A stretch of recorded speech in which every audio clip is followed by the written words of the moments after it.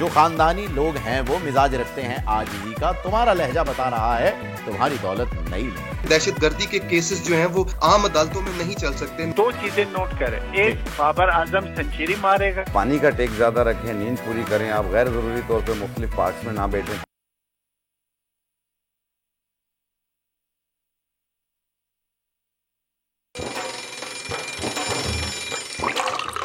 आजकल जिंदगी ही सुबह आउट ऑफ कंट्रोल है, दुनिया बोल है, दुनिया बोल।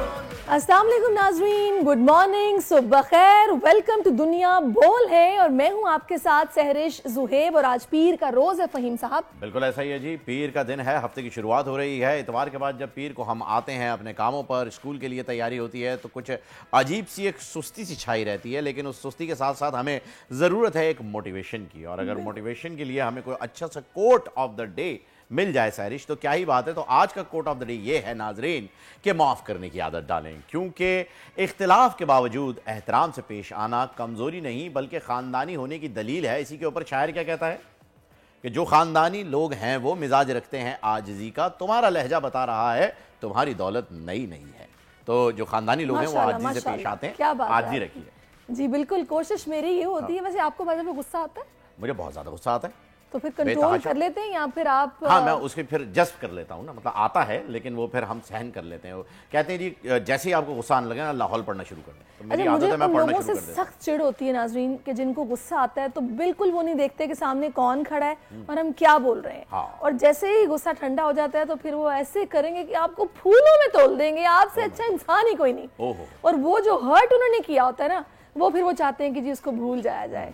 तो ये एक दफा तो वो करेगा, दो बार करेगा, तीसरी बार सोचेगा कि यार इसको अवॉइड करो, इसकी आदत ही है। तो इस तरह अपने दोस्त खो देते हैं, अच्छे दोस्त खो देते हैं। तो अपने इस गुस्सा करने की आदत को कंट्रोल करना चाहिए और माफ करना एक नजरअंदाज करें। मेरे ख्याल में नजरअंदाज करना सही लफ्ज होगा, अगर मैं गलत नहीं हूं तो नजरअंदाज करना चाहिए। गुस्सा हर इंसान को आता है लेकिन नजरअंदाज करें। चलते हैं बड़ी खबर की जानिब, हम भी नजरअंदाज करते हैं सारी चीजों को। आइए। इजराइल की गजा में घुसने की कोशिश नाकाम, हमास की जबरदस्त मुजाहमत ने सहूनी फोर्सेस को पीछे हटने पर मजबूर कर दिया। दर्जनों टैंक तबाह, हमास ने फुटेज जारी कर दी। बौखलाहट का शिकार इजराइल का अस्पतालों को निशाना बनाने का ऐलान। अल कुद्स अस्पताल खाली कराने की डेडलाइन पर इमदादी तंजीमें चीख उठी। मिलिट्री कोर्ट से मुतालिक सुप्रीम कोर्ट का हालिया फैसला, दाखिली सलामती के तनाजुर में क्या असरात मुरत्तब होंगे, कानूनी माहिरीन के साथ तफसीली जायजा लेंगे आज के प्रोग्राम में। वर्ल्ड कप में कौमी टीम की मायूस कुन परफॉर्मेंस, नित नई कंट्रोवर्सी सामने आने लगी। चेयरमैन पीसीबी ज़का अशरफ ने इंकशाफात से भरपूर वीडियो जारी कर दी। सारा मलबा पिछले चेयरमैन पर डालने की कोशिश, बाबर आजम के साथ व्हाट्सएप चैट का स्क्रीनशॉट भी शेयर कर दिया। ये सब हो क्या रहा है ये हम जानने की कोशिश करेंगे। और नज़ला, खांसी और बुखार, बदलते मौसम में हर दूसरा शख्स बीमार। मौसमी असरात है, खुद को बचाने के लिए कौन सी तदाबीर अपनाएं, बताएंगे आज के शो में। जी जनाब, ये हैं वो तमाम बड़ी खबरें जिन पर आज डिटेल में हम बात करने वाले हैं। बड़े ज़बरदस्त मेहमान हमें ज्वाइन भी करते जाएंगे। और अभी जनाब ट्रेंड्स की बात करें तो इस वक्त ट्विटर पर #इंडिया वर्सेस इंग्लैंड ये टॉप ट्रेंड बना हुआ है। और क्या खेल पेश कर रहा है भारत, आप देखिए, बेहतरीन जी। मतलब आप देखें इंग्लैंड को 100 रन से जो है वो आपने छठी का दूध याद दिला दिया है और जीत के लिए 230 रन का हदफ दिया था, जो कि इतना ज्यादा नहीं था। उसके बावजूद भी ताक़ुब में इंग्लिश बैटिंग लाइन भारतीय बॉलर्स के सामने रेत की दीवार बन के सामने आई है। और शामी ने क्या आउट क्लास बॉलिंग कराई। आप देखिए 4 मैचेस में शामी को इंडियन टीम ने बिठा के रखा और जब लेकर आए हैं तो 5 विकेट्स वो 2 मैचेस में ले गए, जिसके अंदर इंग्लैंड के खिलाफ भी 5 विकेट्स मौजूद हैं उनकी। ये एक बेहतरीन खेल और एक बेहतरीन खिलाड़ी की निशानी होती है, जो कि हमने भी अपने मैच में देखा जब वसीम जूनियर हमारे पास बॉलिंग करने के लिए आया और पता चला कि दोस्तियां यारियां खत्म करके अगर आप मैरिट पे बॉलर्स को खिलाते हैं तो आपको बड़ा फायदा होता है। और वसीम जूनियर ने बैटिंग भी बड़ी अच्छी की थी, छक्का भी लगाया एक आखिर में जब वो आए। टेल एंडर का यही काम होता है जी, 1-2 बॉल उसको मिलते हैं, उसके ऊपर अगर वो स्कोर कर जाता है स्ट्राइक रेट बन जाता है 200-250, खत्म हो जाती है कहानी। लेकिन आप स्ट्रैटेजी इस वक्त इंडिया की देखें और इंडिया इस वक्त टॉप पे जा रहा है चार्ट में। डिजर्विंग भी है, लेकिन ये भी मुमकिन है, एन मुताबिक ये भी बातें हो रही हैं जी कि आपने विकेट्स अपने हिसाब से बना रखी हैं। अच्छा, पता है क्या फ़हीम, ये आपकी बात बिल्कुल ठीक है, मैं इसी तरफ आ रही थी कि देखें कंट्रोवर्सीज भी होती हैं, ठीक है, कहीं ना कहीं आप थोड़ी सी वो कहते हैं ना चीटिंग भी कर रहे हैं, बिल्कुल, लेकिन जो खेल वो पेश कर रहे हैं ना, जाहिर है जो दूसरी टीम आ रही है उन्होंने अपना पेश करना है, और अगर वो दबंग खेलेंगे तो जाहिर है भले पिच बनी हुई हो या कुछ भी हो, आपने लड़ना है। लेकिन बात है कि लोग अच्छा परफॉर्म कर रहे हैं, इसमें भी कोई शक नहीं है, जो डिजर्व करता है उसकी एप्रिसिएशन होनी चाहिए। ऐसा ही है। और फिर 13 खिलाड़ियों के साथ तो आप इजीली खेलेंगे, सामने 11 हैं, आपके 2 एम्पायर मिला लें। अच्छा एरहनी, आओ आगे बढ़ेंगे। और हैशटैग तारिक जमील, बड़ी अफसोसनाक खबर है ये जो राती को मुझे भी मिली, और उनके बेटे जो हैं जिनका इंतकाल हो गया है और सीने में उनके गोली लगी है, कहा जा रहा है कि उन्होंने ज़िंदगी का खात्मा कर लिया है। आसिम जमील के साथ हुए इस हादसे पर पूरी कौम मौलाना तारिक जमील और उनके अहले खाना के गम में बराबर की शरीक है। और ट्विटर सारिफीन अपने ट्वीट्स के ज़रिए इस दुख के मौके पर पैगाम देते हुए उन्होंने कहा कि यकीनन ये एक नाकाबिले बर्दाश्त गम है। ज़ाहिर जवान बेटा, और इस एज में अगर आपको गम मिले, कहते हैं ना कि औलाद का गम अल्लाह ताला किसी को ना दिखाए, और जाहिर है वो बिल्कुल जवान औलाद का इस वक्त हमारी दुआएं, हमारी हमदर्दियां मौलाना तारिक जमील के साथ हैं। और इस ट्रेंड में भी अब तक तकरीबन 32,000 सारिफीन ने ट्वीट्स बिल्कुल ऐसा ही है। अच्छा, इनके बड़े बेटे की जो है मौलाना साहब के बड़े बेटे की तरफ से वजाहत भी आ गई है, क्योंकि बहुत सारे लोगों ने अफवाहें फैला रखी थी कि ये कोई कातलाना हमला हो गया है या किसी ने अटैक किया था, कुछ हुआ था। तो उनके बड़े बेटे का वीडियो पैगाम भी आ गया है और उन्होंने क्लियर कर दिया है कि आसिम की जो है वो दिमागी हालत जो है बेहतर नहीं थी, सेहत इतनी ठीक नहीं थी, जिसकी वजह से उन्होंने अपनी ज़िंदगी का खात्मा खुद किया है। तो ऐसी कोई अफवाह नहीं है, अल्लाह पाक उन्हें जो है वो उनके दर्जात बुलंद फरमाए। कुछ ऐसी खबरें थी कि वो नफसियाती कुछ प्रॉब्लम्स का शिकार है, मेडिसिन पे थे, मेंटल हेल्थ उनकी ठीक नहीं थी, 6 महीने से उनको शॉक्स भी दिए जा रहे थे, ये उनके बड़े भाई ने खुद वीडियो पैगाम में कहा है। खैर, और अफसोसनाक खबर का सिलसिला जारी रहेगा, क्योंकि आगे आ रहा है हैशटैग फ्री पैलेस्टाइन। जी हाँ जी, फ़लस्तीन को आज़ाद करो भी ट्विटर पर टॉप ट्रेंड में शामिल हो चुका है। इजराइल की बमबारी में अब तक हज़ारों फ़लस्तीनी शहीद हो चुके हैं। अल-कुद्स अस्पताल का एक हिस्सा गिर गया है, जबकि कई इमारतें मुनद्दम हो गई हैं। गुज़िश्ता 23 रोज़ के दौरान जितनी भी शहादतें हुई हैं उसका अगर इस वक्त अंदाज़ा लगाया जाए तो तकरीबन 8,500 के करीब ये शहादतें हो गई हैं। 20,000 के करीब लोग ज़ख्मी हुए हैं और इस ट्रेंड में अब तक 2,93,000 ट्वीट्स भी हो चुके हैं। सरिश, अभी तक जो है वो ना यूएन की तरफ से कोई ऐसा जंगबंदी का फैसला आ सका है, ना ओआईसी की जानिब से वो तो कोई इजलास हो सका है। वो मुतालबा कर रहे हैं, इजलास भी हो रहे हैं, दिया जा रहा है, मुल्क भर में एहतजाज भी हो रहा है, लेकिन इस सब को ये सहूनी फोर्सेस इग्नोर कर रही हैं और जो जुल्म इन्होंने जारी रखा हुआ है वो डट कर जुल्म कर रहे हैं। और अब ये जो इन्होंने ज़मीनी रास्ते से शुरू की थी कोशिश घुसने की, वो अलबत्ता हमास ने इनकी नामुमकिन बना दी है और वीडियोस भी जारी किए हैं। और अब ये हॉस्पिटल्स को कह रहे हैं कि जी निशाना हॉस्पिटल्स को टारगेट बनाया जा रहा है, क्योंकि इन्हें ये मालूम है कि जिन लोगों को ये जख्मी कर रहे हैं वो हॉस्पिटल जा रहे हैं। जैसे कि पिछली मरतबा इस्माइल हानिया की फैमिली हॉस्पिटल में थी, तो पहला अटैक इन्होंने हॉस्पिटल में किया जो कि सक्सेसफुल रहा, उनकी फैमिली जो है वो शहीद हो गई। इस वजह से अब इन्होंने टारगेट बनाना शुरू कर दिया है हॉस्पिटल्स को। खैर, मेरे ख्याल में ट्रेंड्स हो चुके हैं कंप्लीट, आगे जनाब बढ़ेंगे। और अभी बहुत ही अहम मामला जिस पर हम बात करने जा रहे हैं वो हालिया दिनों मिलिट्री कोर्ट्स के हवाले से सुप्रीम कोर्ट का फैसला आया, लेकिन अब सुप्रीम कोर्ट का ये फैसला तनकीदी नज़र से देखा जा रहा है। सुप्रीम कोर्ट का ये फैसला मुल्की सलामती के खिलाफ हर बरसरे पैकार दहशतगर्द तंजीमों और उनके बैनुल-अक़वामी सहूलतकारों के लिए एक हौसला अफजा खबर के तौर पर सामने आया है। सुप्रीम कोर्ट के फैसले के बाद तहरीक तालिबान पाकिस्तान की तरफ से खुशी का इजहार किसी तौर पर भी नज़रअंदाज नहीं किया जा सकता। दूसरी जानिब नाज़रीन ने एक और तवज्जो दिलाने की बात यह है कि माजी करीब में कुछ रिटायर्ड फ़ौजी हजरात अपने ज़ाती, माली और सियासी मफादात की वजह से फ़ौज के खिलाफ फर्जा सराई में मुलव्वस पाए गए हैं। अब सवाल ये है कि क्या सुप्रीम कोर्ट का ये फैसला इस रुझान को मज़ीद तक़वियत तो नहीं देगा, क्योंकि अफवाज पाकिस्तान से मुंसलिक रहने की वजह से इन अफराद के लिए किए गए झूठे जो प्रोपेगेंडे और बेबुनियाद बातों को भी संजीदगी से लिया जाता है। क्या इनकी हर्जा सराई अफवाज पाकिस्तान और इससे मुंसलिक हसास इदारों को कमज़ोर नहीं करेगी? क्या हमारी सिविल अदालतें इन अफराद की सरकोबी करने की अहलियत रखती हैं? मज़ीद ये भी कि केसेस के अल्तवा की वजह से आज हमारी सिविल अदालतें दुनिया में 136वें नंबर पर हैं। क्या एक फ़ाल और मुस्तहकम निज़ाम वाले इदारे को एक फरसूदा और सुस्त रवि का शिकार इदारे के ताबे किया जाना अक्लमंदी करार दिया जा सकता है? इसी पर फ़हीम आज हमने बात करनी है। बिल्कुल जी, इसी पर बात करने के लिए हमारे साथ एडवोकेट याया फरीद भी मौजूद हैं, जो कि माहिर कानून है, उन्होंने हमें ज्वाइन भी कर लिया, उनसे बात करते हैं। अस्सलाम वालेकुम एडवोकेट साहब। सर अस्सलाम वालेकुम, thank you for calling me. वालेकुम सलाम। यार साहब, मसला आपके सामने है। अभी सैरिश ने उसे डिटेल में एक्सप्लेन भी किया है। मिलिट्री कोर्ट पर सुप्रीम कोर्ट का हालिया फैसला मुख्तलिफ तबका हाय फिक्र के अफराद के लिए तशवीश का बायस बन गया है। सर, कानून इस बारे में क्या कहता है, आपकी क्या राय है? देखिए, 1967 के अंदर आर्मी एक्ट में अमेंडमेंट हुई और आर्मी एक्ट के अंदर अमेंडमेंट करके सिविलियंस को जो मिलिट्री के एम्बिट में फॉल कर जाते हैं उनको प्रोसिक्यूशन जो है मिलिट्री कोर्ट्स के थ्रू की जा सकती थी। ये सेक्शन 2(1) है, सेक्शन 2D(2) है, सेक्शन 59 का 2 है।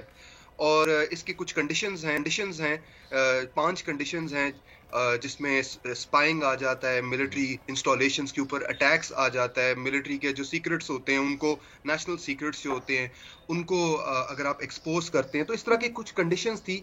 और इस कानून के अंडर पिछले 50-60 साल से पाकिस्तान में सिविलियंस के ट्रायल हो रहे थे मिलिट्री कोर्ट्स के अंदर, और हायर कोर्ट्स, आपकी हाई कोर्ट्स, सुप्रीम कोर्ट ने भी अपहोल्ड किए थे इन कन्विक्शंस को या इन प्रोसिक्यूशंस को मिलिट्री ट्रायल की। देखिए, मिलिट्री ट्रायल क्यों बनाया जाता है, इसकी बड़ी एक सिंपल लॉजिक है। ये मिलिट्री ट्रायल्स, ये मिलिट्री कोर्ट्स या स्पेशलाइज्ड कोर्ट्स एक मजबूरी के तहत बनाए जाते हैं। मजबूरी ये होती है कि आपकी ऑर्डिनरी कोर्ट्स जो हैं वो एडिक्वेट नहीं होती to handle such heinous crimes and heinous offences. आप की कोर्ट्स की बात कर लें, आप बैंकिंग ऑफेंसेस ले लें, आप नैब कोर्ट्स की बात कर लें। देखिए, पाकिस्तान पीनल कोड आपका एक ऑर्डिनरी क्रिमिनल स्ट्रक्चर है, लेकिन जब ऑर्डिनरी क्रिमिनल स्ट्रक्चर एडिक्वेट नहीं होता तो आपने एक पैरेलल जुरिस्डिक्शंस या पैरेलल प्रोसीजर्स को क्रिएट करना पड़ता है। जैसे आपने देखा दहशतगर्दी की अदालतें बनाई जाती हैं, क्योंकि दहशतगर्दी के केसेस जो हैं वो आम अदालतों में नहीं चल सकते, ना जज भी खौफजदा रहते हैं, प्रोसिक्यूटर्स भी खौफजदा रहते हैं। इसी मजबूरी के तहत मिलिट्री कोर्ट्स भी आपने बनानी होती हैं, क्योंकि फेडरल गवर्नमेंट या स्टेट चाहती है कि इन ट्रायल्स को, जिसमें सिविलियंस जो है वो मिलिट्री के एम्बिट में फॉल करें, उन ट्रायल्स को एक्सपेडाइट किया जाए, उन ट्रायल्स का रिजल्ट जल्दी आए, ताकि सोसाइटी में एक डिटेरेंस क्रिएट हो और एक एग्जाम्पलरी पनिशमेंट हो, ताकि वो डिटेरेंस की वजह से कोई भी ऐसा सिविलियन जो एक्सपोज्ड है या प्रिवी है तो नेशनल सीक्रेट्स, वो उस नेशनल सीक्रेट्स का बाजार ना लगा दे। अब जो honourable supreme court of Pakistan का फैसला है, इसके सीरियस कॉन्सिक्वेंसेस हैं।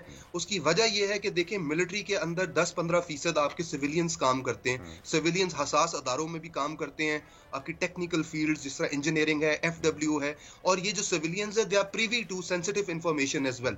अब जो सुप्रीम कोर्ट की ब्लैंकेट इम्यूनिटी दी गई है सिविलियंस को फ्रॉम मिलिट्री कोर्ट्स, इससे प्रॉब्लम ये हो जाएगी कि कल जब सिविलियंस जिस तरह आज भी आप देखते हैं कि रिटायर्ड फौजी हैं, सिविलियंस हैं जो बाहर बैठकर पाकिस्तान आर्मी और पाकिस्तान के जो सेंसिटिव इंस्टॉलेशंस और एस्टैब्लिशमेंट्स हैं उनके खिलाफ बात करते हैं, आपके पास जो एक मेन रिकोर्स था फॉर एन एक्सपेडिशियस ट्रायल, वो ही खत्म हो गया है। आपको उनको कचहरियों में और आम अदालतों में लेके जाना पड़ेगा। अच्छा, और आपकी मैं आपसे ये भी जानना चाहूंगी, मुझे बताइएगा, पाकिस्तान अपने मखसूस महल्ला वकू और बैनुल अक़वामी और इलाकाई जो जियो स्ट्रेटेजिक अवामिल हैं उसके हवाले से बात की जाए तो दाखिली खारजी मामलात पर भी ये फैसला इसको इस तनाजुर में देखा जाएगा, क्योंकि हम ये देखते हैं कि सलामती के चैलेंजेस नबुर्दाज़मा हैं हम, और ऐसे में इस किस्म के फैसले आने से क्या नुकसान हो सकता है पाकिस्तान को?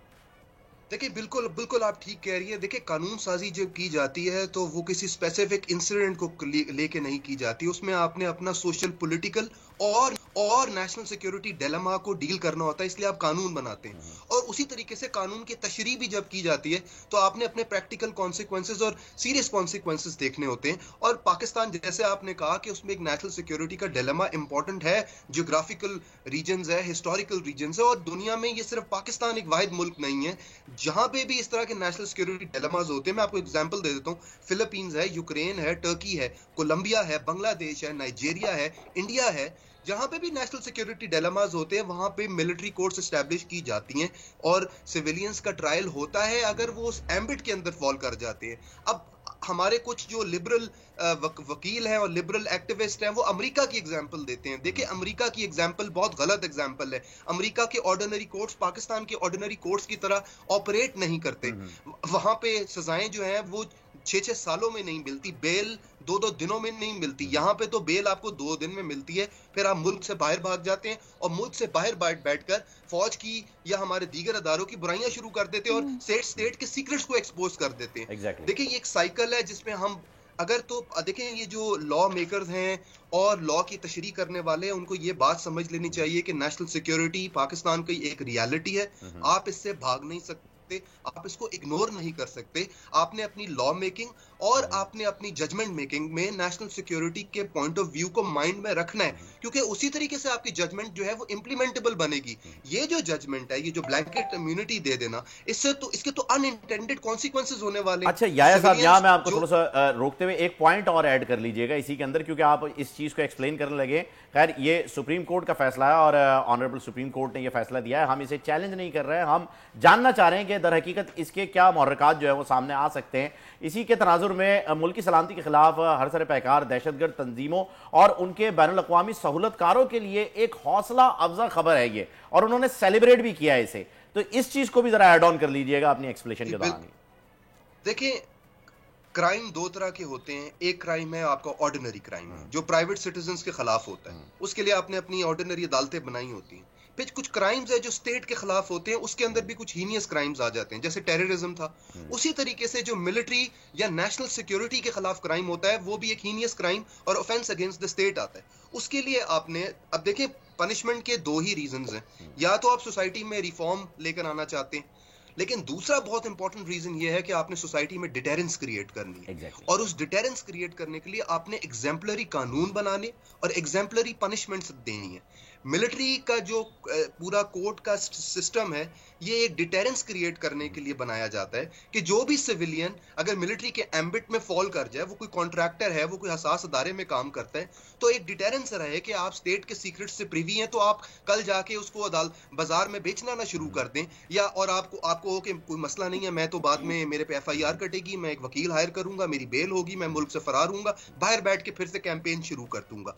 तो इस वजह से आपने अपने कानून को सख्त बनाया होता है। अब ऑनरेबल सुप्रीम कोर्ट, एग्जैक्टली आप जैसे कह रहे हैं कि हम जजमेंट की एक फेयर क्रिटिक कर रहे हैं, हम सुप्रीम कोर्ट पे कोई हमारा क्रिटिसिज्म नहीं है। देखिए, डिबेट जो थी वो एक थी। डिबेट ये थी कि क्या आर्मी एक्ट के अंडर जो ट्रायल्स होते हैं वो या वो अनफेयर है, क्या वो आर्टिकल 10A के अंडर फॉल करते हैं या नहीं। बेहतर ये हो कि अगर हुकूमत और बाकी अदारे जितने भी हैं वो इस ट्रायल को फेयर बनाने की कोशिश करें, वो मिलिट्री के जो ट्रायल्स हैं उनको आइडेंटिकल बनाने की कोशिश करें जो आपके ऑर्डिनरी ट्रायल्स के साथ है, रादर देन कि आप एक ब्लैंकेट इम्यूनिटी दे दे सिविलियंस को जो भी मिलिट्री के इंफ्रास्ट्रक्चर और एम्बिट में फॉल करते हैं। क्योंकि blanket immunity, as I said earlier, will have unintended consequences, ऐसे कॉन्सिक्वेंसेस जो बाद में आप संभाल नहीं पाएंगे। सही। अच्छा, मैं यहाँ पर आपसे ये जानना चाहूंगी कि एक चीज़ और भी है। हम लोग अक्सर सुनते हैं कि जनाब हमारी जो कोर्ट्स हैं इन पे बर्डन बहुत ज़्यादा है, और अगर बर्डन के एतबार से देखा जाए तो पाकिस्तान का नंबर तकरीबन 136वां है कि जनाब इतने ओवर बर्डन हैं कि केसेस इल्तवा का शिकार रहते हैं, पड़े रहते हैं, चलते रहते हैं। तो ऐसे में अगर ये थोड़ी हेल्प मिल जाती, एक फाल और मुस्तहकम अगर ये सिस्टम इस तरह का होता कि मिलिट्री कोर्ट्स भी साथ उस तरीके से काम कर रहे होते, तो बर्डन भी कुछ कम हो जाता। देखिए, बिल्कुल, एक तो बर्डन एक रीजन है, दूसरी रीजन ये है कि आपको जो प्रोसिक्यूशन है वो एक स्पेशलाइज्ड प्रोसिक्यूशन करनी होती है। तीसरी बात ये है कि कुछ इंफॉर्मेशन है जो सेंसिटिव होती है, वो आप पब्लिक को डिस्क्लोज नहीं करना चाहते। अब जो मिलिट्री कोर्ट्स के अंडर ट्रायल होते हैं, फॉर एग्जांपल मैं आपको एक हाइपोथेटिकल एग्जांपल दे देता हूँ। एक सिविलियन जो हसास अदारे में काम करता है, वो उसके पास स्टेट सीक्रेट्स होते हैं और उस स्टेट सीक्रेट्स के ऊपर उसकी प्रोसिक्यूशन हो रही हो, तो क्या आम अदालतों में आप चाहते हैं कि ISI और MI के वकील जाकर डिफेंड कर रहे हो और वहां पर एक डिबेट हो रही हो अबाउट योर नेशनल सीक्रेट्स? नहीं, वहां तो फिर आपके सीक्रेट्स डिस्क्लोज हो जाएंगे। बिल्कुल सही, आप सही बता रहे हैं। एग्जैक्टली। तो वजह से कुछ जो ये स्पेशलाइज्ड अदालतें बनाई जाती हैं। और देखिए, आपके पाकिस्तान पीनल कोड जो आपका सबसे बड़ा एक क्रिमिनल जुरिस्प्रूडेंस या क्रिमिनल प्यूनिटिव लॉज बताता है, देखिए उसके अंदर बैंकिंग के ऑफेंसेस भी थे, उसके अंदर टेररिज्म के ऑफेंसेस भी थे, लेकिन फिर भी आपने स्पेशलाइज्ड कोर्ट्स बनाई, उसके अंदर फ्रॉड और ग्रेटिफिकेशन भी मौजूद थी। फिर आपने नैब कोर्ट्स भी बनाई। क्या रीजन थी? वो यही रीजन थी कि आप एक्सपेडिट करना चाहते थे ट्रायल्स को, आपकी स्पेशलाइज, आप चाहते थे जजेस और प्रोसिक्यूटर्स और लॉयर्स के पास स्पेशलाइज्ड नॉलेज हो उस चीज की। उसी तरीके से मिलिट्री कोर्ट्स भी उसी एम्बिट में फॉल करती है। और ये सारे जो अदालतें हैं, ये मिलकर एक नेशनल लीगल करिकुलम या नेशनल लीगल सिस्टम क्रिएट करते हैं। तो मिलिट्री कोर्ट्स भी आपके एक लीगल सिस्टम का पार्ट एंड पार्सल है, वो कोई बाहर से नहीं आया हुआ। एज आई सेड अर्लियर, ये एक एक्सेप्शन है, ये एक नॉर्म नहीं है। और बनाने वालों को भी पता होता है कि ये एक एक्सेप्शनल सिचुएशन है और एक्सेप्शनल क्राइम है। एक्सेप्शनल है याया साहब, लेकिन एक पॉइंट जो कि हम मिस कर गए, मैंने आपसे पूछा भी था सवाल में, मैं चाहूंगा कि उसको जरा आप यहाँ पे क्लियर करते चलें कि ये जो टेररिस्ट ऑर्गेनाइजेशन और इनके जो सहूलतकार हैं, ये इस बात से काफी खुश नजर आ रहे हैं। तो इन्हें किस चीज का एडवांटेज दिख रहा है कि ये सब होता जा रहा है? क्या ये भी इसी सेइंग पे अमल किए हुए कि जी justice delayed is justice denied? बिल्कुल। देखें, अदालत आपको, जैसे मैंने कहा कि जो पनिशमेंट है उसकी थियोरेटिकल जो रीजनिंग, थियोरेटिकल बेसिस वो दो ही हैं। या सोसाइटी में रिफॉर्म क्रिएट कर लें या सोसाइटी में एक डिटेरेंस क्रिएट कर लें। वो डिटेरेंस ये है कि अगर आप इस तरह के क्राइम में फंसेंगे या इस क्राइम का पार्ट बनेंगे तो आपके खिलाफ ट्रायल, एक्सपेडिशियस ट्रायल होगा, 1 महीने में आपके खिलाफ सजा आएगी और आपको एक एग्जाम्पलरी पनिशमेंट मिलेगी। अगर तो ये डिटेरेंस आप निकाल देंगे तो जैसे भी वो अनासिर हैं जो इस लूप होल को एक्सप्लॉइट कर सकते हैं, उनके लिए तो ये एक अच्छी खबर ही होगी, उनके लिए तो ये एक वे फॉरवर्ड होगा। क्योंकि आपकी जो ऑर्डिनरी कोर्ट्स हैं वो तो दे आर नॉट केपेबल या they are not adequate to handle such heinous enemies या हीनियस क्रिमिनल्स। तो ये तो एक आपने लूप होल प्रोवाइड कर दिया। तो मेरे ख्याल में फेडरल गवर्नमेंट को या गवर्नमेंट को अपील करनी चाहिए ऑनरेबल सुप्रीम कोर्ट के सामने, एक लार्जर बेंच बनना चाहिए। और जैसे सुप्रीम कोर्ट ने एक बहुत अच्छा प्रेसिडेंट सेट किया है प्रैक्टिस एंड प्रोसीजर एक्ट की प्रोसीडिंग्स लेकर, इस केस में भी उसी तरह की प्रोसीडिंग्स होनी चाहिए। गवर्नमेंट का स्टांस कंप्लीटली ऑन पेपर आना चाहिए। नेशनल सिक्योरिटी डिलेमास जो पाकिस्तान फेस करता है, honourable supreme court of Pakistan को वो डिलेमास भी माइंड में रखकर एक जजमेंट देनी चाहिए जिस जजमेंट के सीरियस कॉन्सिक्वेंसेस होंगे। जो मौजूदा हालात हैं ये इस चीज के बिल्कुल एडवोकेट साहब मुतकाजी भी हैं कि ये सब होना चाहिए और अपील में जाना चाहिए ताकि एक सैर हासिल इस पर डिबेट भी हो और हो सकता है कि फिर चीज़ें कुछ चेंज भी हो जाए। बहुत शुक्रिया आपका एडवोकेट याह्या साहब, आप हमारे साथ आपने अपना कीमती वक्त हमें दिया। अब मेरा ख्याल है फिल्म में छोटा सा वक्फा ले लें। जरूरी है जी, वक्फा दो, एक ब्रेक लेते हैं। ब्रेक के बाद फिर से आपकी खिदमत में हाजिर होते हैं। Stay with us. आजकल जिंदगी ही सुबह आउट ऑफ कंट्रोल है, दुनिया बोल है, दुनिया बोल है। हर शख्स परेशान है। वेलकम बैक नाज़रीन, एक बार फिर आप खुशामदीद कहते हैं दुनिया बोल है मैं। और अभी जैसे कि आप देख रहे थे कि हम परेशानी की बात कर रहे थे, परेशानी का आलम नहीं, आप टेंशन मत लीजिए, और कोई परेशानी नहीं है अल्हम्दुलिल्लाह, बाकी सारी चीज़ें ठीक ठाक हैं, ऐसा कहना पड़ा हमें। पाकिस्तान में महंगी तरीन क्रिकेट और शाहाना लाइफस्टाइल की अगर हम बात करें तो सिर्फ खिलाड़ियों के लिए नहीं बल्कि मैनेजमेंट के एक एक फर्द और स्टाफ के लिए लाखों करोड़ की मरात, बड़े बड़े बजट, आखिर में यही नताइज आने हैं भाई साहब। और इसी तरह से मजाक बनवाना है तो कौम का इतना पैसा, इतना वक्त, इतने टेलीविजन के ऊपर इश्तिहारात जाया करने की जरूरत ही क्या है भाई? पाकिस्तानी टीम लगातार 4 मैचेस हार गई है और गली मोहल्ले के मुकाबलों में भी मुझे ख्याल में आप तो सेकंड ही आएंगे सारी शाम। बिल्कुल भाई, मैंने तो खैर इसीलिए मैच देखना अब छोड़ दिए हैं। बाकी की ना वैसे भी हमारी टीम तो मेरा ख्याल है कि बस बदतरीन परफॉर्मेंस है। अच्छा, इतना गुस्सा आता है फहीम कि अगर ये 4 मैचेस हम जीत गए और अब हम कह रहे हैं कि बाकी के 3 अगर हम जीत गए तो रास्ता है, हम पहुंच सकते हैं फाइनल में। पाकिस्तान की बदतरीन परफॉर्मेंस का जिम्मा कोई लेने को तैयार नहीं। अलबत्ता ज़का अशरफ साहब ने एक चार्जशीट निकाली है, क्या उन्होंने इल्जाम लगाए आप भी देखिए, वजाहत भी करके गए वो इल्जाम का, वो तो बता गए कि जी मैं तो नजम कुछ हुई नहीं, मैं हुई नहीं। ज़का अशरफ साहब ने जो है जी बरी जिम्मा हो गए हर चीज से, बल्कि इंजी भाई को भी कर दिया और कह रहे हैं कि जी इसमें इंजी का कोई हाथ नहीं था, पहले से ही टीम हमें पहले से पर्चा आया हुआ था कि जी ये पढ़ दीजिएगा भाईजान, ये मतलब टीम सेलेक्ट कर रहे हैं आप, आपके चीफ सिलेक्टर वहां मौजूद हैं, आप ये किस किस्म की बात कर रहे हैं? आपको खुद भी पता है सर। बिल्कुल, हमारे जो नुमाइंदा खुसूसी है ना, उनके पास अंदर की खबरें भी होती हैं, अंदर की खबरें लेते हैं। बिल्कुल, एजाज वसीम बाकरी इस वक्त में ज्वाइन कर चुके हैं और वो भारत में ही मौजूद रहे मैचेस में। दिल बर्दाश्ता होकर वापस तो नहीं आ गए एजाज? नहीं, इतनी जल्दी हार मानने वाले नहीं है। आखिरी गेंद तक हमने मुकाबला करना है। बेहतरीन बिल्कुल, और आखिरी गेंद तक मुकाबला किया था भाई, आखिरी गेंद तक वो चौका लग गया। नवाज करना चाहता ना।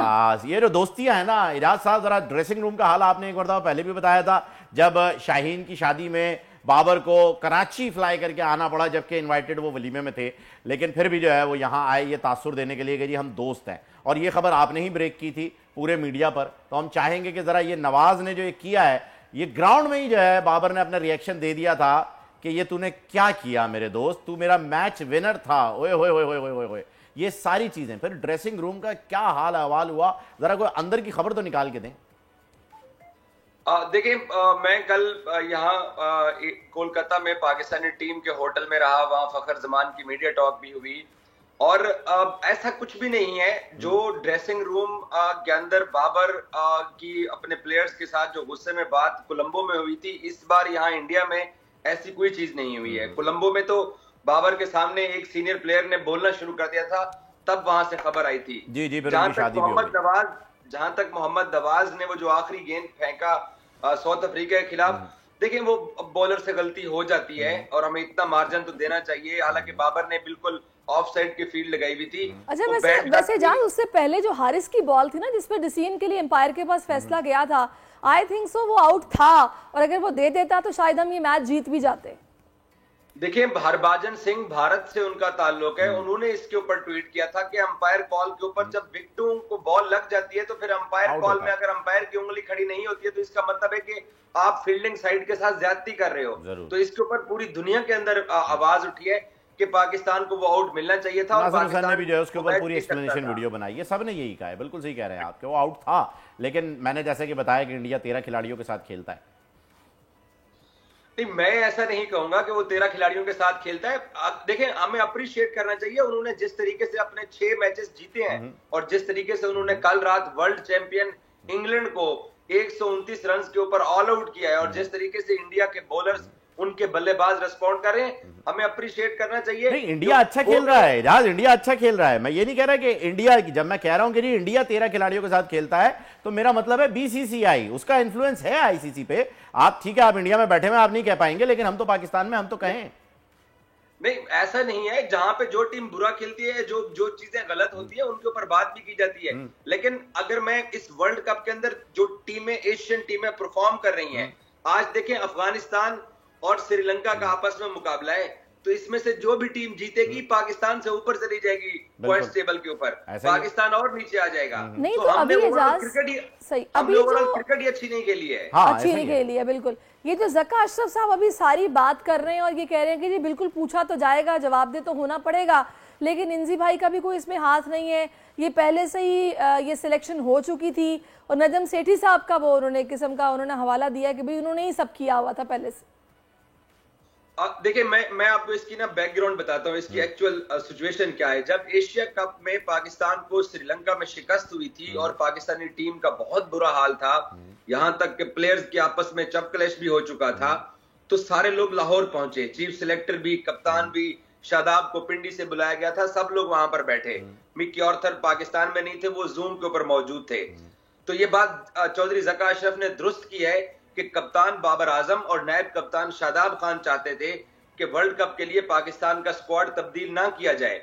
मुझे अच्छी तरह याद है कि मैं कैंडी में मौजूद था और पाकिस्तान ने अभी कोलंबो का ट्रेवल करना था, तो मैंने बोल न्यूज के ऊपर पाकिस्तान के 15 रुकनी प्लेयर्स का ऐलान कर दिया था। मेरे पास क्योंकि खबर थी, अभी सरकारी तौर पर नाम नहीं आए थे, उसमें मैंने अब्दुल्ला शफीक, सऊद की भी डाली थी और राना फहीम अशरफ को टीम से ड्रॉप करने की ये मैंने स्टोरी ब्रेक की थी। हम सबको पता था कौन सी टीम जाने वाली है। तो ज़का अशरफ ये बात दुरुस्त कर रहे हैं कि बाबर आजम ने ही इन प्लेयर्स को कैरी करने का फैसला किया कि मुझे इन्हीं के साथ जाना चाहिए। और एक और चीज है, पाकिस्तान क्रिकेट बोर्ड ये जो मौजूदा बोर्ड बैठा हुआ है, ज़का अशरफ 2 महीने के लिए आए हुए हैं और इंजमाम उल हक भी अभी आए हैं। तो ये कप्तान बाबर आजम अपनी मर्जी से टीम लेके आए हैं, इसमें क्रिकेट बोर्ड का या चीफ सिलेक्टर का मैं तस्लीम करता हूं कि कोई किरदार नहीं है, क्योंकि मैं एक स्पोर्ट्स जर्नलिस्ट हूं कि मैं कोई टीम का कप्तान तो नहीं था। तो मैं एशिया कप में मैंने यही 15 रुकनी टीम दे दी थी। नहीं, बिल्कुल आपने ब्रेक किया था, ये हमें अच्छी तरीके से याद है, आपने ये खबर हमें दी थी, एशिया कप के दौरान ही आपने हमें ये खबर दी थी कि ये 15 लोग होंगे जो कि सिलेक्ट हो चुके हैं, इनकी अनाउंसमेंट बाद में होगी। बाबर आजम की टीम, बाबर आजम की टीम है, ठीक है, लेकिन पीसीबी का चेयरमैन बैठा हुआ है, भले 2 दिन के लिए बैठा हुआ है, लेकिन चेयरमैन है। चीफ सिलेक्टर अगर हायर किया गया है, भले 1 घंटे के लिए आया, लेकिन वो चीफ सिलेक्टर है। आप ये कह रहे हैं कि जी ना सेंट्रल कॉन्ट्रैक्ट्स हुए हैं खिलाड़ियों के, ना 5 महीने से तनख्वाहें मिली हुई हैं उनको, उसके बावजूद पीसीबी के चेयरमैन की कोई वैल्यू नहीं है, पीसीबी के चीफ सिलेक्टर की कोई वैल्यू नहीं है, और फिर अगर कोई वैल्यू नहीं है इनकी, तो फिर हफीज किस बात के ऊपर बोर्ड छोड़ के गए? ये खबर भी होगी आपके पास। मोहम्मद हफीज इसी वर्ल्ड कप के स्क्वाड की मीटिंग में नाराज होकर गए थे। वो चाहते थे कि तब्दीलियां हों टीम के अंदर, और ज़का अशरफ और जो इंजमाम उल हक थे, उन्होंने बाबर आजम को रिस्पेक्ट देने के लिए मोहम्मद हफीज की तजावीज नहीं मांगी थी। मोहम्मद हफीज चाह रहे थे कि इमाद वसीम को टीम के अंदर शामिल होना चाहिए। मोहम्मद हफीज और कुछ तब्दीलियां टीम के अंदर चाह रहे थे। मोहम्मद हफीज शायद ये भी चाह रहे थे कि इब्रार जो है उनको रिजर्व में रखने की बजाय उनको आप मेन स्क्वाड के अंदर रखिए। लेकिन क्योंकि कप्तान बाबर आजम को ये पाकिस्तान क्रिकेट बोर्ड ने ये चांस देना ही देना था कि उनकी मर्जी की टीम जानी थी, तो इसमें हफीज पाकिस्तान क्रिकेट के सर्कल से बाहर बैठ के अगर अपने मर्जी के प्लेयर देते अब, क्योंकि सारी रिस्पॉन्सिबिलिटी बाबर के ऊपर आती है। मैं अभी भी कह रहा हूं कि चीफ सेलेक्टर और चेयरमैन से ज्यादा, क्योंकि मेरे जैसे जर्नलिस्ट के पास ये पहले 15 रुकनी टीम थी, तो वो टीम तो वही आपकी बात बिल्कुल ठीक है। अब आप ये देखिए कि ज़का अशरफ साहब ने खुद ही आके वीडियो में बोल दिया कि भाई आंसरेबल तो होना पड़ेगा, ठीक है, जो कुछ हुआ उसकी जिम्मेदारी बाबर पर आती है और नजम सेठी साहब ने पहले से सब कुछ डिसाइड किया हुआ था। लेकिन अब ये परफॉर्मेंस हमने देख ली है। वैसे तो आपने कहा कि आप दिलबर्दाश्ता भी नहीं है और आप अभी आखिरी गेंद तक लड़ने वाले हैं। हालात आप क्या बनते देख रहे हैं, और अगर आगे बाबर को कप्तानी छोड़नी पड़ती है तो फिर कौन है पाइपलाइन में, किसको रखेंगे फिर आगे?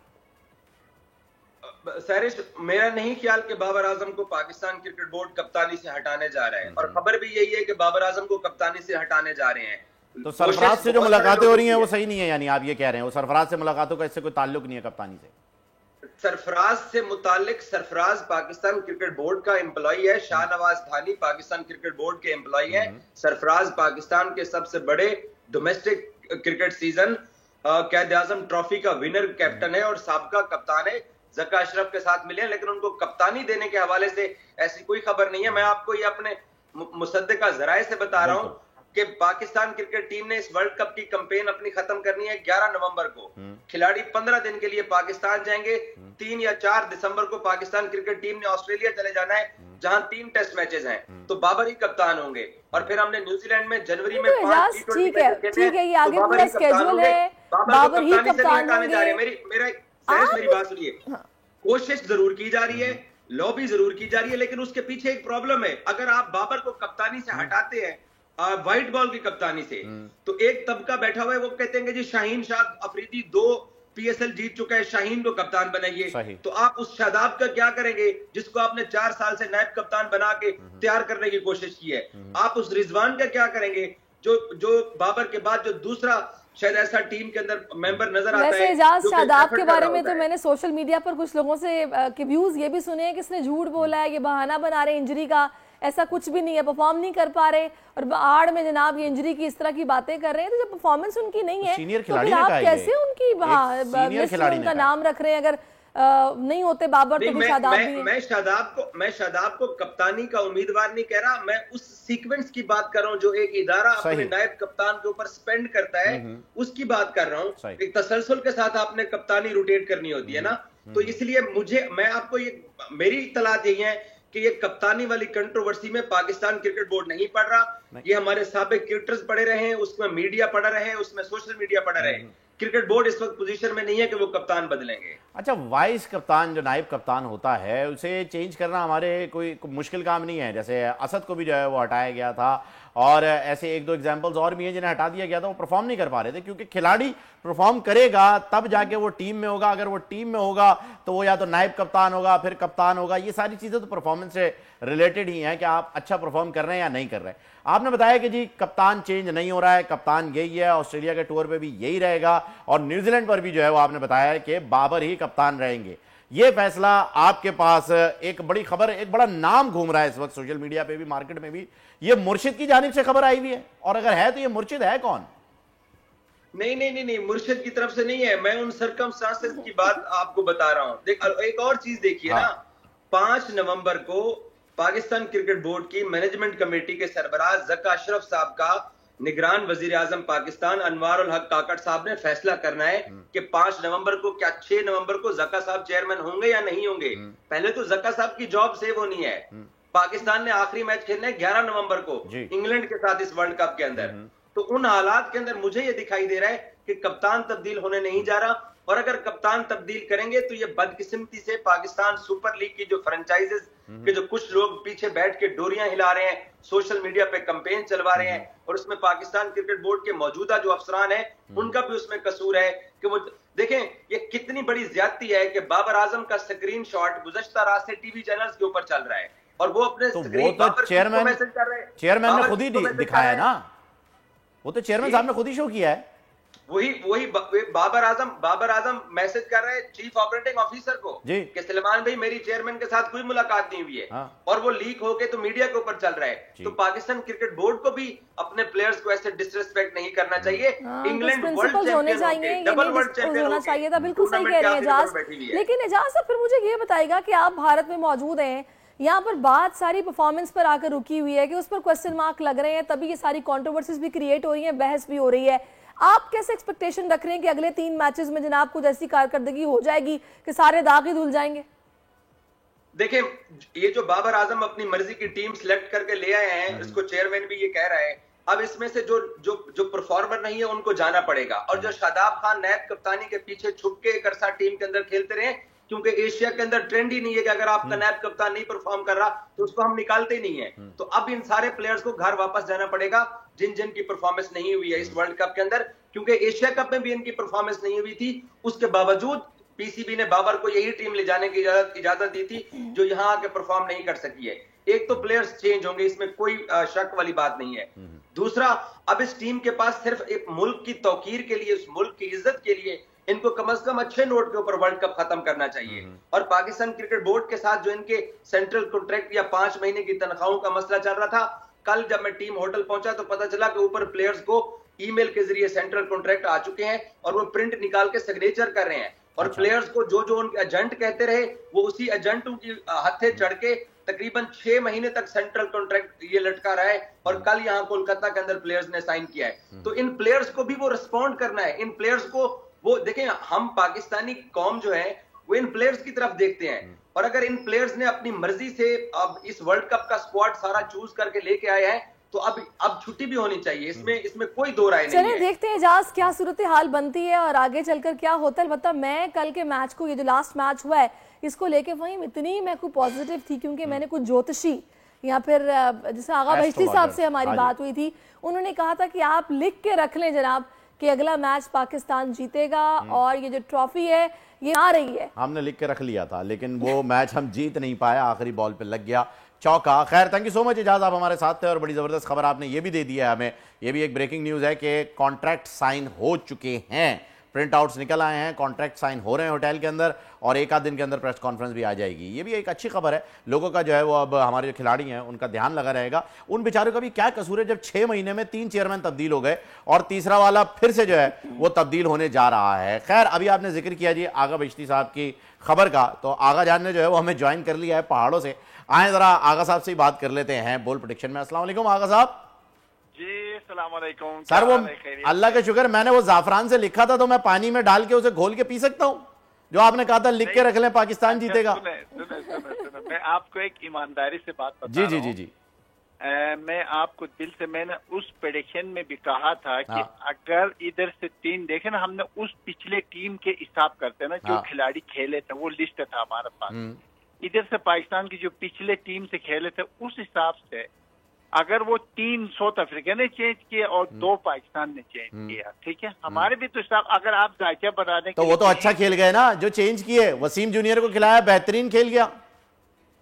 नहीं, वसीम जूनियर को खिलाए नहीं खिलाए वो अलग बात है। जीत के हिसाब से अगर वो पिछले वाले खिलाड़ी होते ना तो यकीनी तौर पर, क्योंकि वो हसन अली के हिसाब से हमने लगाए थे ना सारे के सारे, तो फिर वो देखो किसी के भी अगर एक बंदे भी चेंज होता है तो इस बात ईमानदारी से बता रहा हूँ, ये यानी मोहरे बदल जाएं तो फिर चाल भी बदल जाती है। चीजें सारे, क्योंकि सारे 11 खिलाड़ी के हिसाब लगाते हैं ना हम लोग, फिर पूरे हिसाब के इधर से भी 3-4 चेंज हो गए, इधर से भी चेंज हो गए। सुबह मैंने कहा था आपको कॉल करूं ताकि मुझे ले लेता है, मैं उस वक्त की प्रेडिक्शन करूं। वो आपकी बात सही है। ये असल में इसमें तो मसला ये है ना कि पीसीबी के चेयरमैन भी कल आके वजाहत करके जा चुके हैं, वो कह रहे हैं यार मेरे हाथ में ही कुछ नहीं है, मैं क्या कर सकता हूँ, ये तो बाबर साहब अपनी मर्जी से चला रहे हैं। तो बाबर भाई ने अपनी मर्जी से चला दिया होगा तो आपकी प्रेडिक्शन भी इधर से उधर हो गई। खैर कोई बात नहीं। अब जो मैच आने वाला है बांग्लादेश के साथ, टफ टाइम है, मतलब क्या हम बांग्लादेश को हरा के एक बड़ा अपसेट करने जा रहे हैं? देखो मैं तो ये वक्त अगर गुरूर की बात करूं तो शायद अल्लाह नाराज हो जाए, जैसे इस दफा पाकिस्तान टीम जीत गई थी और एम्पायरों ने हरा दी, ये भी तो नोट करे ना। अगर ये आखिरी बाल दे देते तो यकीनी तौर पर पाकिस्तान जीत जाता। आगा साहब हमारे पिछले नहीं मरते, हमारी फौज होती, इतने सारे थे, वो तो छोड़ देना, बात गुजर गई। अच्छा, जो गया वो गया। हाँ, अब वो एम्पायर था, ये था, वो था, हम हार गए, खत्म कहानी, हम हार गए, बस सीधी बात है। चलो अच्छी बात है। अब सूरत हाल यूं है कि इस वक्त मैं आपको फिर यकीन से कह सकता हूँ, दो चीजें नोट करें। एक, बाबर आजम सेंचुरी मारेगा इंशाल्लाह, ये भी नोट करें, और दूसरी ये भी नोट करें, और ये मैच 400%, उस दिन तो मैंने 100% कहा था ना, अब 400% मैंने अब 16 के 16 जितने खिलाड़ी सबके हिसाब लगाए हो रात को बैठकर। मैंने एक दोस्त से जो टीवी चैनल पे, जो आप भी वो थे उस चैनल के एक दोस्त से मैंने पूरी लिस्ट ली, तो मैंने पूरी खिलाड़ियों को, पाकिस्तान के जितने खिलाड़ी है 14-15 खिलाड़ियों के हिसाब लगाए हैं, बांग्लादेश के 14-15 खिलाड़ियों के हिसाब लगाए हैं, ताकि गलत ना हो। तो इंशाल्लाह पाकिस्तान आसानी से आगा साहब अबरार को भी ऐड कर लीजिएगा, क्योंकि शादाब ने हेड इंजरी का बता के बहाना करके जो है वो ड्रेसिंग रूम देख लिया था। हो सकता है अब अबरार का चांस बन जाए रिजर्व से टीम में आने का। अच्छा, मैंने अबरार को हिसाब में नहीं लगाया। मैं आपको बता रहा हूँ कि हो सकता है वो आ जाएं, क्योंकि वो हेड इंजरी उस हवाले से दोबारा मैं चेक करूंगा। तो बांग्लादेश की जिस दिन मैच होगा एक दिन पहले पूछ लीजिएगा ना। अच्छा, वैसे आगा साहब ये जो बाबर हैं, इनके सितारे आपने कहा था बड़े उरूज पर जाएंगे और बड़ा इस वक्त चमक रहे हैं। अभी तो कुछ जिस तरह की अभी आपने सुना ज़का अशरफ साहब का भी सारा मैसेज, वो तो ये कह रहे हैं कि जी बाबर ही का किया धरा है जो कुछ भी हो रहा है। तो फिर आगे क्या लग रहा है, कुछ इनके सितारे गर्दिश में आएंगे? देखो, पाकिस्तान की तारीख की सबसे बड़ी गलती होगी अगर बाबर आजम को चेंज करेंगे। तो बाबर आजम ने दुनिया की जितनी रिकॉर्ड है पाकिस्तान को वकार दिया है, इज्जत दिया है, मुकाम दिया है, और बाबर आजम के जो कद के एक खिलाड़ी भी इस वक्त 11 या 13-14 जो इस वक्त इंडिया में मौजूद है, उनमें से एक भी नहीं है। बाबर के ही सितारे हैं जिसने पाकिस्तान को इज्जत और वकार दिया है। मेरे ख्याल से, मेरी जो इल्म है, मेरी जो सोच है, जो सितारों की दुनिया से हम हिसाब किताब लगाते हैं, फिलहाल मुझे नहीं लगता है कि बाबर आजम चेंज होने वाले हैं, और बाबर आजम बरकरार है, और अब आने वाले ऑस्ट्रेलिया सीरीज में भी बाबर आजम रहेंगे। आगा साहब, और सर कथा कलामी की माफी, सचिन तेंदुलकर ने 100 सेंचुरियां बनाई हैं, 100, और उन 100 सेंचुरीज के मैचेस को अगर आप उठा के देखें तो जिस मैच में सचिन ने सेंचुरी बनाई, इंडिया 70 से 80% वो मैचेस हारा है। लेकिन सचिन ने 100 सेंचुरीज बनाई, तो पाकिस्तान ओडीआई में नंबर 1 बनी, बाबर ओडीआई के नंबर 1 खिलाड़ी बने, रिजवान जो है वो आए टॉप 3 में। इस वक्त आईसीसी की रैंकिंग के अंदर जो वर्ल्ड कप चल रहा है उसमें टॉप चार्ट के ऊपर बाबर मौजूद है। टीम 4 साल से कोई आईसीसी इवेंट नहीं जीती, बिल्कुल। ट्रॉफीज कहां है सर? सर जी, मसला तो ये है ना, इनको पाकिस्तानी टीम को इतने खेलने के मौके भी नहीं मिले थे। अभी आप इंशाल्लाह देखेंगे, उससे पहले भी अगर हमारे ये इसमें थोड़ी सी साजिशें भी हुई हैं हमारी टीम के खिलाफ, इसमें भी कोई शक नहीं है। अभी भी जो इवेंट हो रहा है कुछ है पाकिस्तान की टीम के खिलाफ। अगर गुज़श्ता 75 साल तारीख को हम देखेंगे, पिछले 75 साल तारीख को देखे पाकिस्तान के क्रिकेट को वजूद में आए हुए, आज तक देखो कौन सा हमने ज्यादा ट्रॉफियां जीती है। यूनुस खान ने वर्ल्ड कप जिता दिया, T20 का, और इमरान खान ने जिता दिया। बाकी सर मिसबा जो है वो आपके पास टेस्ट की मशल लेकर आ गए, टेस्ट को जो है वो एक लेवल पे लेकर आ गए मिसबा। सरफराज आपको आईसीसी चैंपियन बना के चले गए। तो सर कोई ना कोई कैप्टन कुछ ना कुछ करके गया है। बाबर आजम ने अभी तक आईसीसी इवेंट को लेकर के, माजरत के साथ, बाबर मेरा भी कप्तान है, मेरा फेवरेट खिलाड़ी है, मैं अगर रैंकिंग में लेकर आता हूं तो मेरे लिए भी किंग बाबर ही कहना जो है वो सही लफ्ज इस्तेमाल होते हैं, और मैं यही ट्वीट करता हूं, यही शेयर करता हूं।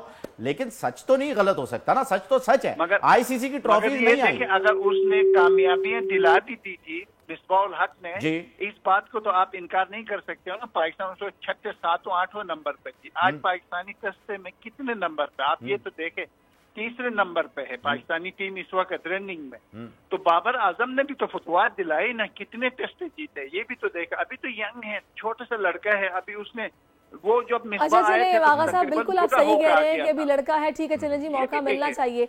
अच्छा, ज़का अशरफ साहब रहेंगे या जा रहे हैं? क्योंकि सुनने में आ रहा है कि अभी ये नवंबर के पहले हफ्ते में जो हमारे इंटरिम प्राइम मिनिस्टर है उन्होंने फैसला करना है कि वही कंटिन्यू करेंगे या फिर पीसीबी के चेयरमैन को तब्दील किया जाएगा। तो उनके सितारे क्या कह रहे हैं?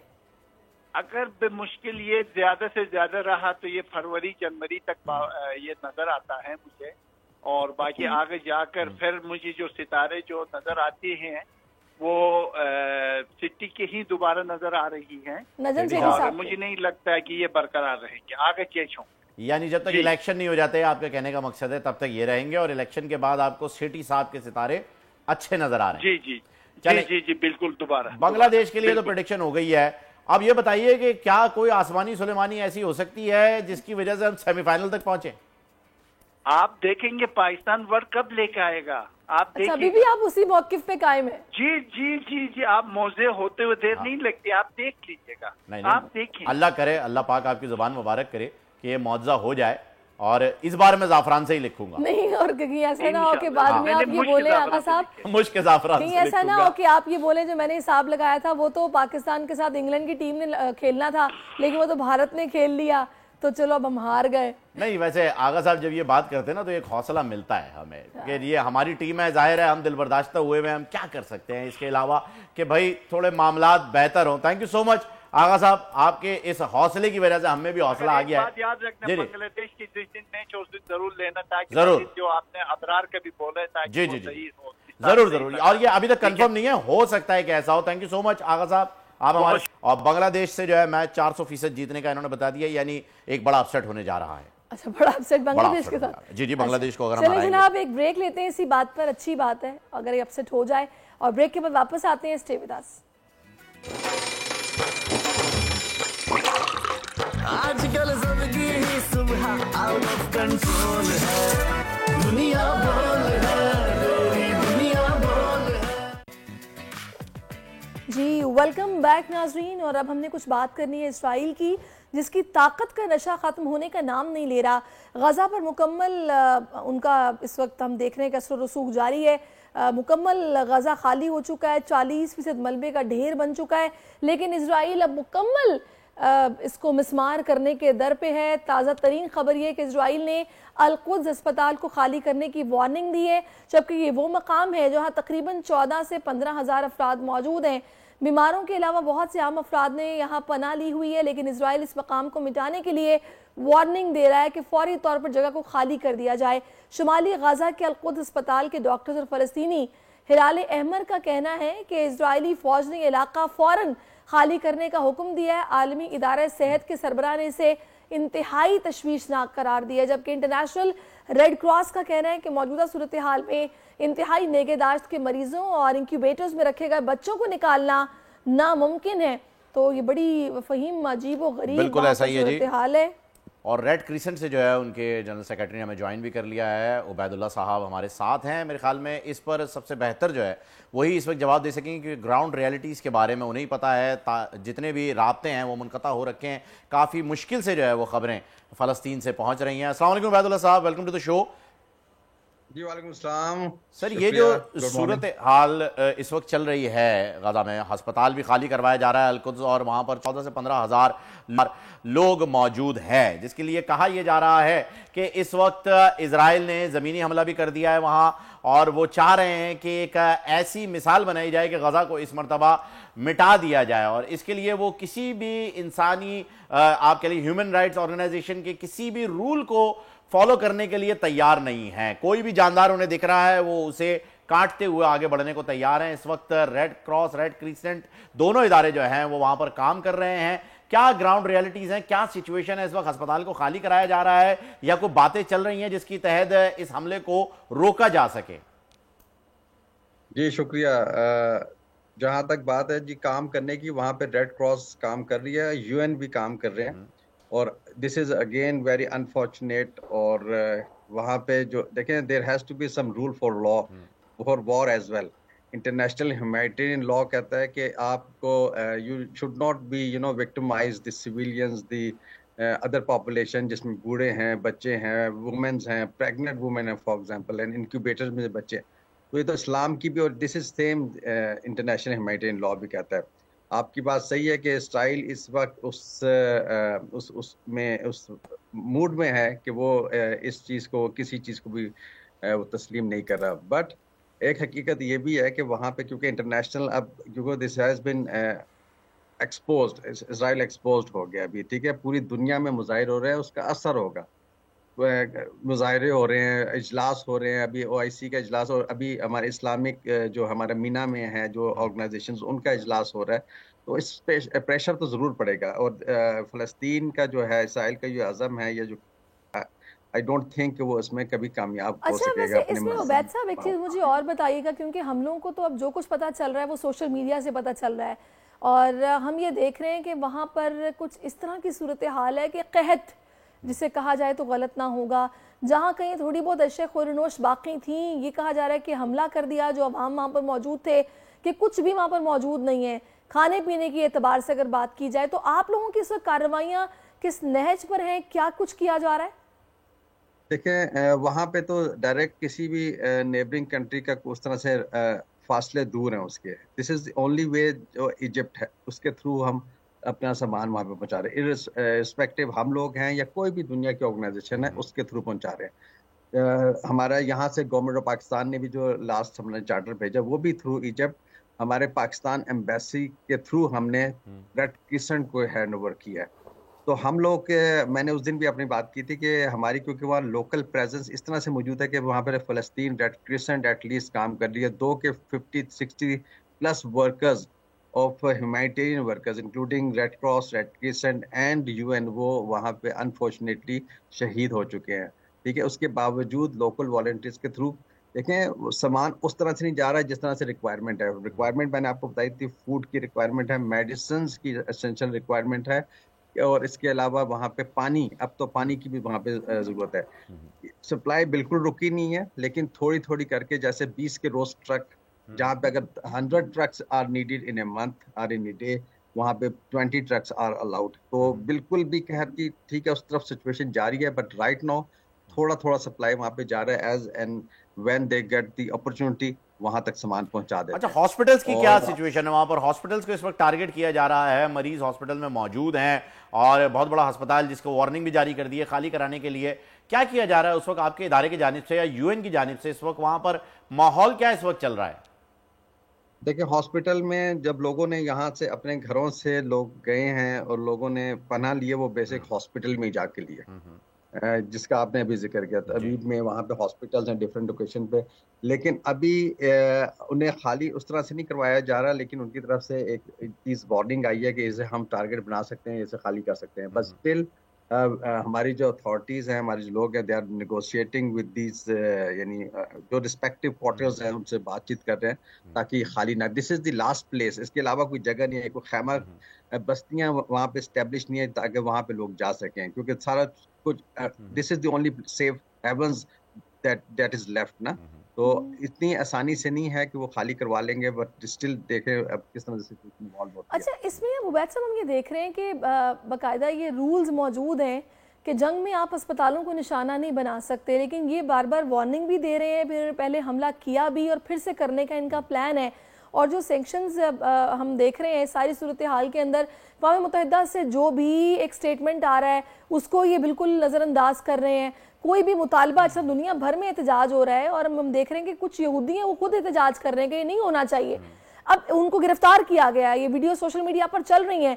आपको क्या ये सूरत हाल को इख्तियार करता देख रही है जब उनको कोई असर ही नहीं हो रहा, हठधर्मी बरकरार है? देखिए, ये अभी क्योंकि I belongs to Pakistan red crescent, that is हमारे फंडामेंटल प्रिंसिपल है, उसमें प्रिंसिपल है न्यूट्रलिटी का। I would not be commenting कि अभी क्या होगा, लेकिन इंटरनेशनल ह्यूमैनिटेरियन लॉ कहता है, जैसे मैंने कहा, वॉर के भी सर्टेन रूल्स एंड पैरामीटर्स होते हैं। ठीक है, they can not target public places, they cannot target hospitals, they cannot target stations, airports like this kind of places ना। अब वो कर रहे हैं, इसके रिपरकशंस क्या होंगे, इसके आफ्टर कॉन्सिक्वेंसेस क्या होंगे, उन पे सैंक्शंस लगती हैं नहीं लगती, वो एक बात की सूरत है। अभी they are availing everything, they are doing wrong and right कर रहे हैं, लेकिन बात अभी चल रही है नेगोशिएशंस या प्रेशर्स बिल्ड अप हम कर सकते हैं। They are not listening to the UN, they are not listening to the IHL, they are not listening to the humanitarian charter. So let's see what the world can treat them after this war will end. आपने बताया कि आपके तकरीबन 50 से 60 रज़ाकार हैं जो कि वहाँ पर काम कर रहे हैं और थोड़ा थोड़ा करके वहाँ पर ठीक है सप्लाई भी जारी है। आपको क्या बता रहे हैं वहाँ पर मौजूद रज़ाकार को, किस किस्म की मुश्किलात का सामना करना पड़ रहा है और किस तरीके से वो अपने जो फ़राइज़ हैं वो अंजाम दे रहे हैं? देखिए, मुश्किलात हमारी मेन जो मुश्किल है वो है एक्सेस। चीज़ें मौजूद हैं उनके पास, लेकिन रसाई का मसला है। रसाई, क्योंकि वो लोग लोकल होते हैं, उन्हें पता है कहाँ से रास्ते हैं। क्योंकि जो लोग लोकल होते हैं उन्हें पता होता है अगर एक रास्ता मेन रूट अगर बंद है तो दूसरे पैसेजेस कहाँ से होंगे जहाँ से वो पहुंचा सकते हैं। तो उसी तरह access is the main problem. चीजें मौजूद हैं, सामान कुछ ना कुछ पहुंच रहा है, एक्सेस। अब वो जो एक्सेस लेते हैं, हमारी red crescent very much connected with the hospital, they are very much connected with the government authorities, they are very much connected with the local communities. तो वहां तक वो एक दूसरे की मदद, बाहिमी मदद के तहत अपना सामान किस तरह, मेडिसिन, सामान, खुराक, और खास तौर पे 2.3 million people almost they are hostage in that very place. वहाँ पे एक किस्म का रमाल हो गए, वो लोग वहां तक वो पहुंचा रहे हैं। अब थोड़ा थोड़ा करके किस तरह से पहुंचा रहे हैं, they know better than us, but हमारे तक जो इतलात हैं वो इसी तरह से हैं कि they are not opening up बिल्कुल। लेकिन आपने इजिप्ट के बॉर्डर के बारे में बताया है कि वहां से, समझ लीजिए एक एग्जाम्पल के तौर पे आपने बताया कि 20% एड जो है वो वहां से रिलीज हो रहा है डेली बेसिस के ऊपर, जबकि अगर 100 ट्रक आ रहे हैं तो 20 ट्रक जा सकते हैं। ये आपने बताया कि इजिप्ट का बॉर्डर जो है वो यूज किया जा रहा है क्योंकि वो वाहिद बॉर्डर है जहां से इस वक्त इमदाद जा सकती है और जा रही है। मुझे बताइएगा कि ये जो इंटरनेशनल इमदाद इजिप्ट पहुंच रही है, इसकी तादाद इस वक्त क्या है? क्या पूरी दुनिया से लोग इस वक्त भेज रहे हैं एड, या एड रुकी हुई है, इस हद तक आई ही नहीं है जिसको आगे बढ़ाया जा सके? नहीं, एड बिल्कुल वहां पे मौजूद है। उस दिन भी मैंने बात की थी, thousands of trucks are line up at the Egypt border, ठीक है, वहां पे सामान पहुंच रहा है। रसद की मसला नहीं है, एक्सेस का मसला है, ठीक है। अभी हमारी गवर्नमेंट ने भी थ्रू एनडीए में हमने वहां पे सामान भेजा, जिसमें हम लोगों ने भी अपना सामान भेजा। सोसाइटी ने भी अपने tarpaulin sheet, this hygiene kit and first aid kit जहाँ पे वो जरूरत है, हम लोगों ने भी भेजी, और ऑर्गेनाइजेशन किया। फर्स्ट चार्टर चला गया, second charter that they are planning, but ultimately problem is the access. Access का प्रॉब्लम है, रसद का मसला नहीं है। सही, बहुत शुक्रिया वैद साहब, आप हमारे साथ मौजूद रहे और आपने इस हवाले से मेरी तफसीलात से ऑन ग्राउंड रियलिटीज़ क्या है, सिचुएशन क्या है। अब कुछ बात करते हैं पाकिस्तान में मौजूद लाखों गैर कानूनी मुकीम गैर मुल्कियों के लिए अपने मुल्क वापस जाने के आखिरी 2 दिन है, और अगर वो 2 दिन में वापस नहीं गए तो अब उन्हें सख्त कानूनी कार्रवाइयों का सामना करना होगा। कराची में बड़े बड़े बिजनेस करने वालों से भी कोई रियायत नहीं होगी। अगर उन्होंने अभी तक अपनी प्रॉपर्टी और कारोबार फरोख्त नहीं किए तो अभी भी उनके पास 1 दिन है, क्योंकि इसके बाद सब कुछ जब्त हो जाएगा, उन्होंने वापस जाना पड़ेगा। इस वक्त सूरत हाल ये है कि पाक अफगान बॉर्डर जो तूरखम है, वहाँ पर रज़ाकाराना वापसी के लिए गैर कानूनी मुकीम अफगानों का रश लग गया है। हज़ारों की तादाद में गैर कानूनी अफगान महाजरीन अफगानिस्तान वापस जा रहे हैं। कराची और सिंध में सूरत हाल क्या है, इसके लिए हमारे साथ मौजूद है ब्रिगेडियर रिटायर्ड हारिस नवाज साहब। वो हमें बताएंगे सिचुएशन इस वक्त क्या चल रही है। लेकिन अभी फ़हीम हमारे नुमाइंदे भी इस वक्त हमें ज्वाइन कर चुके हैं, जो कि नवाब शेर हैं, इस वक्त अफगान काउंसिल जनरल के साथ मौजूद हैं। पहले उनसे जानते हैं कि वो क्या बता रहे हैं। जी नवाब शेर। जी बिल्कुल, पाकिस्तानी हुकूमत ने गैर मुल्कियों की इनखला के लिए जो है वो इस महीने की जो आखिरी तारीख है वो डेडलाइन दी है, जिसमें कुछ ही दिन रह गए हैं। मेरे साथ इस वक्त अफगान कौंसल जनरल हाफिज़ मुहिबुल्लाह साहब मौजूद है, उनसे इस हवाले से बात करते।